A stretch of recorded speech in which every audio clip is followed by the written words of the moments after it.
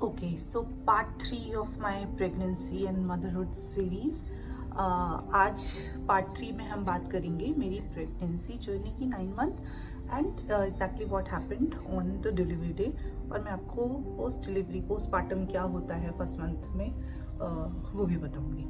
तो जो मेरी बिगनिंग के मंथ्स थे, ट्रिमेस्टर्स थे, तीनों ट्रिमेस्टर्स।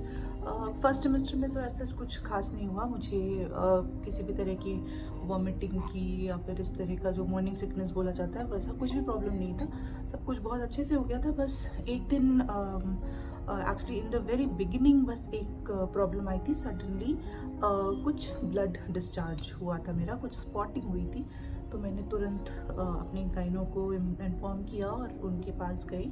तो मुझे सब कोरियोनिक हेमरेज के बारे में पता चला। तो कुछ वेमेन को ये प्रॉब्लम आती है फर्स्ट मंथ में या किसी भी टाइम पे आ सकती है। Usually first as in second month में आती है कि 6 वीक के अराउंड आती है सब कोरियोनिक हेमरेज। उसमें कुछ ब्लड लॉस होता है, लेकिन उस ब्लड लॉस का मतलब ये नहीं होता है कि आपका मिसकैरेज हो गया है। उसका जो टेक्निकल समथिंग वो आप गूगल पे देखिएगा। बट अगर आपका सडन कुछ ब्लड लॉस हो रहा है तो आप तुरंत अपने गाइनो को दिखाइए। हो सकता है कि वो सब कोरियोनिक हेमरेज हो और वो मेडिसिन से इजीली ट्रीट हो जाता है। आपको अपना थोड़ा मूवमेंट रेस्ट्रिक्शन होती है कुछ डेज़ की, और आपको वो सब फॉलो करना होता है, कुछ मेडिसिन देनी होती है और वो ठीक हो जाता है। तो वो एग्जैक्टली ये मेरे साथ हुआ था। बट उसके अलावा आगे सब कुछ नॉर्मल था। जो भी NT-NB स्कैन हो गया या नॉर्मली स्कैन हो गया, जो भी बिगनिंग के स्कैन्स होते हैं वो सब नॉर्मल थे, उसमें कुछ भी प्रॉब्लम नहीं आ रही थी। बट 6th 7th मंथ में कुछ ये हो रहा था, इशू आ रहा था कि बेबी जो है मेरा वो कुछ अंडर वेट है। किसका प्रॉब्लम आ रहा था तो वो भी मैंने अपना खा पी के, और मैं ऑफिस का काम कर ही रही थी, इधर उधर जाना लगा ही हुआ था। तो वो सब कुछ मैंने काफ़ी बिगनिंग के फर्स्ट 2 ट्रिमेस्टर में किया। वो मैंने थर्ड ट्रिमेस्टर में कम कर दिया था, ये सोच के कि हाँ बेबी अंडर वेट है। खाने पे और ज़्यादा फोकस किया था, न्यूट्रिशन जो भी प्रोटीन कमी होता है मेरी वेजिटेरियन डाइट में, इंडियन डाइट में, तो वो सब पे मैंने काम किया और इस तरह से मैंने इम्प्रूव किया। तो वो आगे इम्प्रूवमेंट आ गई थी। फिर जैसे मैंने आपको लास्ट वीडियो में बताया कि 7th और 8th मंथ में जब मैं अपोलो गई थी तो वहाँ का एक्सपीरियंस बहुत ख़राब था उस टाइम पे। फिर मुझे काफ़ी स्ट्रेस हो रहा था। और जैसे हर कोई बोलता है कि आप एक्टिव रहिए, आप एक्सरसाइजेस करिए, योगा करिए, ये सब कुछ मैं कर रही थी। पर मुझे एक तरफ ये बोला जा रहा था कि आप ये सब कम कर दो क्योंकि आपका बेबी अंडर वेट है, क्योंकि आपका प्लेसेंटा प्रीविया है, तो ये सब कम करो। और पर अच्छा रहता है कि आप एक्टिव रहो। तो ये दो तरह की चीज़ें चल रही थी कि मैं कितना एक्टिव रहूँ मुझे समझ नहीं आ रहा था। तो बहुत ज़्यादा एक्टिवनेस थी नहीं, और मैं 7th और 8th मंथ में थोड़ा स्ट्रेस में भी आ गई थी। तो भी मैं बहुत ज़्यादा मूवमेंट नहीं कर रही थी, लेकिन इन सब के बावजूद मेरी नॉर्मल डिलीवरी हो पाई थी। तो अब बात करते हैं वो कैसे हुई थी। तो 9th मंथ पे मैंने अपना गाइनो चेंज किया था। मैं उनके पास गई, उन्होंने मुझे मोटिवेट किया, मैंने उनकी बात मानी और मैंने डेली वॉक किया। तो 9th मंथ में मैंने वॉकिंग, योगा ऐसा सच नहीं किया था, सिंपल वॉक, वो भी बहुत धीमे धीमे। और उसके अलावा मैंने ब्रीदिंग एक्सरसाइजेस पे फोकस किया था, पर मैं बहुत ज़्यादा रेगुलर नहीं थी। तो ये मैं आपको बोलूँगी कि कुछ मिसकॉन्सेप्शन भी होता है कि जिन्होंने एक्सरसाइज नहीं की तो फिर उनकी नॉर्मल डिलीवरी पॉसिबल नहीं है। जो प्रॉपर बहुत अच्छे से एक्सरसाइज करते हैं सिर्फ उनकी हो सकती है, ऐसा भी नहीं है। मैंने बहुत कुछ ज़्यादा किया नहीं था। तो 9th मंथ ख़त्म हुआ, मुझे कुछ बीपी का इशू था, वो सडन शूट कर सकता था। और अगर हाई बीपी है तो बेबी के पास ब्लड फ्लो नहीं जा रहा होता है, इसका प्रॉब्लम आता है। तो इस वजह से ये हाई बीपी का प्रॉब्लम मेरा आ गया था जब मैं एकदम क्लोजर टू डिलीवरी डेट थी। तो इसकी वजह से डॉक्टर ने मुझे बोल दिया कि आप अब वो induction, what do we call it, labour induction ले लो, आर्टिफिशियली इंड्यूस करके कर लो और वेट मत करो। तो 9th मेरी EDD थी और 6th को मैं एडमिट हो गई थी। और फिर 6th को मैं 11 बजे रात में एडमिट हुई थी, एकदम रात में। और रात को 1-1:30 बजे मुझे जो जेल का जो पहला डोज है वो दिया गया था। उसके बाद तो मुझे ऐसा कुछ फील नहीं हो रहा था, नॉर्मली लग रहा था, कुछ भी ऐसे नहीं था उस टाइम पे। और 1-2 डिलीवरी भी मैंने उस टाइम पे देखी, बच्चे की रोने की आवाज़ देखी, डर भी लग रहा था। जो विमेन थी उनकी चिल्लाने की आवाज़ें सुनी तो बहुत ऐसे एनजाइटी सी हो रही थी। पर उस टाइम पे मुझे पेन कुछ ऐसा नहीं हो रहा था। तो फिर मुझे सेकेंड डोज दी गई around 5 o'clock in the morning, और सेकेंड डोज देने के बाद मुझे बहुत ही हल्का फुल्का पीरियड वाला जैसा पेन होता है उस तरह का पेन हो रहा था। ऐसे कुछ ज़्यादा पेन नहीं हो रहा था, तो वैसा रहा 8 साढ़े 8 बजे तक, वैसा ही चला। बेरेबल पेन था, ऐसा कुछ बहुत ही वैसा नहीं था कि मैं उसको बेयर नहीं कर सकती, उतना तो पीरियड के टाइम पे भी देखा हुआ था। फिर 9 बज के, सो रात में 1 बजे से प्रोसेस शुरू हुआ था और सुबह का 9 बज गया।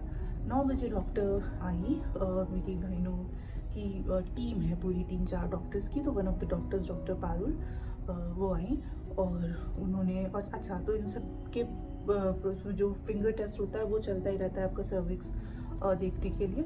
तो 9 बजे तक मेरा डायलेशन सिर्फ 2 सेंटीमीटर तक ही हुआ था, तो 2 सेंटीमीटर तो कुछ भी नहीं है, तो बस इतना ही हो रखा था। तो वो उन्होंने 9 बजे आया, उन्होंने उस टाइम पे भी यही बोला, लेकिन उसके बाद उस टाइम पे तो उन्होंने पता नहीं क्या किया। आई थिंक उन्होंने वाटर ब्रेक भी किया, जो मुझे रेट्रोस्पेक्शन में समझ आया कि हाँ 9 बजे मेरा वाटर ब्रेक हुआ था। तो 9 बजे उन्होंने बहुत कुछ किया जो फिर काफ़ी पेनफुल था। अच्छा, तो इस टाइम पे फिर अगेन की गाइनो आपके लिए बहुत इंपॉर्टेंट है, आपको बिल्कुल भी रेजिस्ट नहीं करना है। जो भी आपका जो फिंगर टेस्ट हो रहा है या फिर जितनी भी चीज़ें गाइनो आपको बोल रही है, उनकी टीम आपको करने के लिए बोल रही है, आपको पूरा ट्रस्ट करके आपको एज इज उसको फॉलो करना है। ये बहुत ज़्यादा इंपॉर्टेंट है। अगर आप उसको रेजिस्ट करोगे ना तो आपके लिए ही प्रॉब्लम बढ़ेगी। वो तो आपका अच्छा करने के लिए ही ये चीज़ कर रहे हैं, तो इस चीज़ का आपको ध्यान रखना है। तो बाकी सारे टेस्ट तो मैंने, और यहाँ पे ही जो कर रहे हैं आप उसको रेजिस्ट ना करो। यहीं पे ब्रीदिंग एक्सरसाइज बहुत काम आती है। तो आपको जैसे ही लग रहा है कि कुछ अनप्लेजेंट हो रहा है, आपको पेन हो रहा है, तो आप तुरंत ब्रीदिंग पे फोकस करिए। वो लोग जो कर रहे हैं उसको भूल जाइए कि वो लोग कुछ कर भी रहे हैं, आप उसको भूल जाइए। आपका काम है, आपको सिर्फ फोकस करना है मेंटली आपकी अपनी ब्रीदिंग एक्सरसाइज पे, up and down, in and out, आपको इस पे फोकस करना है। वो क्या कर रहे हैं उसके बारे में, that is not your concern. तो 9 बजे जब उन्होंने फाइनली ये मेरा वाटर ब्रेक किया, उस टाइम पे वो काफ़ी थोड़ा लंबा चला था जो भी उन्होंने किया कंपेयर टू जो प्रीवियसली उन्होंने 1 से 9 के बीच में किया, और काफ़ी पेन हो रहा था। मैंने किसी तरह उसको झेला, ख़त्म हुआ। फिर उस टाइम से जो कॉन्ट्रैक्शंस हम बोलते हैं ना, वो उस टाइम से शुरू हुए। तो जैसे अचानक से बहुत तेज़ पेन हुआ, तो कुछ देर रहा, फिर ठीक हो गया, फिर मैं रिलैक्स हो गई। फिर उसके बाद फिर अचानक से बहुत पेन हो गया, फिर वो कुछ टाइम के वो इस तरह से चलता जा रहा था। और ये जो गैप था बिटवीन 2 कॉन्ट्रैक्शंस, जो तेज़ वाला पेन है, वो गैप पहले ज़्यादा था, इसलिए वो मुझे बेयर करना इजी लग रहा था। जैसे ही वो पेन आ रहा था, मैं ब्रीद इन ब्रीद आउट कर रही थी, तो उससे मुझे रिलैक्स हो जा रहा था। और उसके बाद फिर थोड़ा सा रिलैक्सिंग टाइम, फिर से कॉन्ट्रैक्शंस, फिर से ब्रीद इन ब्रीद आउट, ऐसे करके चल रहा था। बाद में ये जो रिलैक्सेशन का टाइम है, ये ड्यूरेशन कम होती जा रही थी। और मैं ये भी नोटिस कर रही थी कि कोई नर्स है, वो आ रही है, वो मेरी ड्रिप में कुछ ऐसे डाल के जा रही है, तो मैं उनको कह रही हूँ प्लीज़ मत डालिए, आप ये जो करके जा रहे हो। इसके बाद मेरे कॉन्ट्रैक्शंस, मतलब पेन ज़्यादा हो रहा है, मुझे प्रॉब्लम हो रही है, तो ये भी हो रहा था। बट ऑब्वियसली वो क्यों मानेंगी, वो जो करना है उन्हें वो करना है, तो वो सब कुछ हो रहा था। तो मतलब काफ़ी ज़्यादा पेन था। और मुझे अच्छा, बहुत सारे लोगों को एपिड्यूरल के बारे में नहीं पता होता है। तो नॉर्मल डिलीवरी में भी आप अपने पेन को मतलब अगर आप नहीं फील करना चाहते हैं तो आप एपिड्यूरल का इंजेक्शन ले सकते हैं। जैसे सिजेरियन में आपको बैक पे एक इंजेक्शन देते हैं, सिमिलरली एपिड्यूरल नॉर्मल डिलीवरी में भी लगता है। वो उतना ज़्यादा स्ट्रॉन्ग नहीं होता जितना सिजेरियन वाला होता है। तो इसमें आपके बैक में एक इंजेक्शन लगता है, तो उससे आपको रिलैक्स फील होता है। तो मुझे डॉक्टर ने बताया हुआ था, मैंने उनसे, फिर मैंने ये, मुझे दर्द हो रहा था तो मैंने सोचा कि मैं ये लूँ। तो मैंने लेने के पहले बस सोचा कि एक बार अपनी डॉक्टर से बात कर लेती हूँ। तो मेरी डॉक्टर आई, मैंने उनसे पूछा कि क्या मुझे ये लेना चाहिए। तो उन्होंने बोला कि अभी तक का आपको कैसे लग रहा है, आप बेयर कर पाए हो। मैंने बोला यस, अभी तक का तो बेयर कर सकी हूँ। तो बोले बस इससे अब थोड़ा सा ही और ज़्यादा पेन होना है, मुझे लगता है कि आप कर लोगे। तो उन्होंने मेरे ऊपर ट्रस्ट किया कि हाँ मैं कर लूँगी, मुझे एपिड्यूरल की ज़रूरत नहीं है। तो मैंने भी उनकी बात मान ली कि चलो ठीक है, देखा जाएगा, नहीं लेते, ऐसे ही कंटिन्यू रखते हैं। और उस टाइम तक मैं 5 सेंटीमीटर डायलेट हो चुकी थी।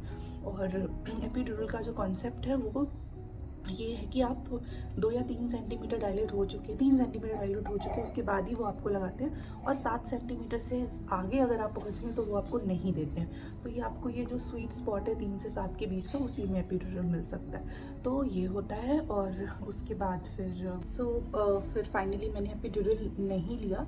और उसके बाद फिर पेन बढ़ता ही जा रहा था कि अब अब क्या करूँ? तो फिर मैंने फिर से नर्सेस को बोला कि मेरे से एकदम अनबेरेबल हो रहा है, अब मैं क्या करूँ? तो उन्होंने फिर मुझे बोला कि आप नाइट्रोजन गैस ले सकते हो, जिसको लाफिंग गैस बोलते हैं। तो उसके लिए फिर मैंने फिर से डॉक्टर को बुलाया और उनसे पूछा कि क्या मुझे इस स्टेज पे ये ले लेना चाहिए? तो उन्होंने फिर से मुझे मोटिवेट किया कि नहीं अपराजिता, तुम कर लोगी, तुम इन सब चक्करों में मत पड़ो, सब हो जाएगा, अब ज़्यादा कुछ बचा नहीं है, 8 सेंटीमीटर तक।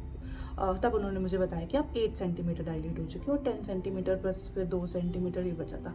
फिर ये बात हुई और उसके बाद तो ऐसा मतलब सारा माहौल बदल गया, कायनात बदल गई। फटाफट विदिन 5 मिनट्स आई थिंक इस एपिसोड के फिर तुरंत उन्होंने जो भी पुश करने के लिए उस टाइम पे जो पूरी टीम चाहिए होती है, जो भी सेटअप करना होता है, फटाफट उन्होंने वो सेटअप कर दिया और एकदम से मैं 10 सेंटीमीटर डायलेट हो चुकी थी। और इस हॉस्पिटल की एक ये बहुत अच्छी बात है कि यहाँ पे वो आपके साथ डिलीवरी के टाइम पर हस्बैंड्स को प्रमोट करते हैं, मतलब वो और किसी फैमिली मेम्बर्स को नहीं आने देते हैं, और अगर किसी और को आना है तो स्पेशल परमिशन लो, लेकिन हस्बैंड्स को ही वो बोलते हैं। तो हस्बैंड ही मेरे साथ थे थ्रू आउट, पूरा रात से लेकर के सुबह तक। बीच में मेरी एक फ्रेंड आई थी तो मैं उसके साथ कुछ देर के लिए थी, तब हस्बैंड नहीं थे।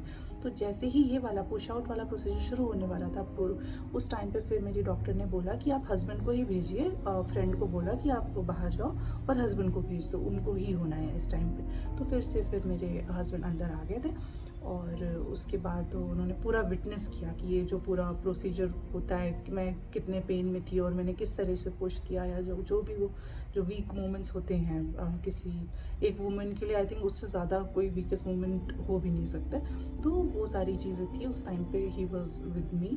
लेकिन उस टाइम पे अगेन आई मस्ट से कि उस टाइम पे जो आपको असली सपोर्ट है ना, वो आपको आपकी गाइनों से मिलता है और आपको और कहीं से भी नहीं मिल सकता। मेरी फ्रेंड ने भी मुझे बहुत सपोर्ट किया, लेकिन जो आपको उस टाइम पे ट्रस्ट नीडेड होता है टुवर्ड्स योर डॉक्टर, वो बहुत इंपॉर्टेंट होता है। तो वो जैसे जैसे पुश करने को बोल रही थी, मैं वैसे वैसे करते जा रही थी। उन्होंने मुझे खड़ा भी कराया था, बैठाया भी था, तो डिफरेंट पॉस्चर्स में भी उन्होंने मेरे से पुश करवाया था। और बस एक ये चीज़ होती है कि जब आपको कॉन्ट्रैक्शंस फील हो रहे हो, उस टाइम पे आपको कुछ नहीं करना है, आपको सिर्फ अपनी ब्रीदिंग एक्सरसाइज पे फोकस करनी है, आपको ब्रीद इन ब्रीद आउट करना है। यूट्यूब पे different kinds of breathing techniques बताई गई हैं, वो सब मैंने ट्राई की थी, पर इवेंचुअली जो simple breathe in and breathe out है वही काम आने वाला है। आप उसको अगर करोगे तो फिर आपको बेयर करने की ताकत मिलेगी और विल पावर स्ट्रांग होनी चाहिए। माइंड में आप एकदम रखो कि यस मैं कर लूँगी, और अपने डॉक्टर पे ट्रस्ट रखो। फिर ऐसा करते करते, और जब एकदम लास्ट मोमेंट पे होते हैं और कॉन्ट्रैक्शंस आते हैं, उस टाइम पे जब आपको पुश करना होता है, वो मुझे इजी पार्ट लगा, क्योंकि उस टाइम पे जब आप पुश करते हो तो आपको दर्द कम फील होता है, क्योंकि वो कॉन्ट्रैक्शंस आ ही इसलिए हो रहे होते हैं कि आप पुश कर पाओ। जब आप पुश करते हो तो आपको रिलीफ मिलता है, इसलिए वो पुश उतना डिफ़िकल्ट नहीं होता। ठीक है, मुझे 5 to 7 ट्रायल्स लगे थे, बार बार मैं कोशिश कर रही थी, बेबी का हेड बाहर नहीं आ रहा था, मैं और पुश कर रही थी, बाहर नहीं आ रहा था, लेकिन वो पुश करने में मुझको रिलीफ मिल रही थी। तो फाइनली फिर एक वक्त आता है कि जब बेबी बाहर आ जाता है, वो बाहर आ गया। अब आप सबको लगता होगा कि एक बार बेबी बाहर आ गया तो मतलब अब तो ठीक है, अब तो पेन ख़त्म, अब तो मतलब सब कुछ एंड है। लेकिन वो मेरे लेवल पे वो मेरा बहुत ही बड़ा मिसकॉन्सेप्शन था। पेन तो उसके बाद शुरू होता है। मीन पहले वाला भी बहुत ज़्यादा था, लेकिन बाद में भी मैं बहुत ज़्यादा परेशान हुई थी।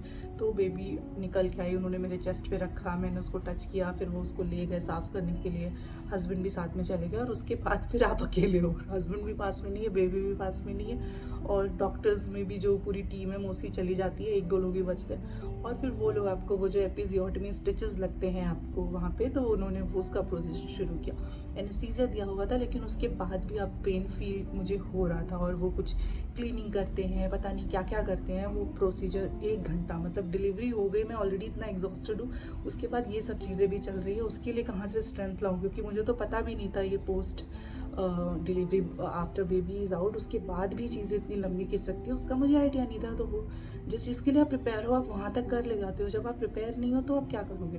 तो वो सब चीज़ें चल रही थी, मेरे लिए बहुत अनबेरेबल हो रही थी। मैंने उस मोमेंट तक, बेबी के आने तक, मैंने डॉक्टर्स को परेशान नहीं किया। बाद में मैं उनको बोल रही थी प्लीज़ मुझे छोड़ दीजिए, थोड़ी देर बात कर दीजिए, बाद में आइए, ये कर रही थी। और मैं बहुत ऐसा मतलब चीख रही थी उस टाइम पे, मतलब आफ्टर बेबी वॉज आउट, उसके बाद मेरे लिए ज़्यादा प्रॉब्लमेटिक हो रहा था। फिर पर कुछ कर नहीं सकते, आपको डॉक्टर को तो सपोर्ट करना ही है। फिर होते होते वो चीज़ ख़त्म हुई। बेबी मेरी 1:04 पे आफ्टरनून में पैदा हुई थी।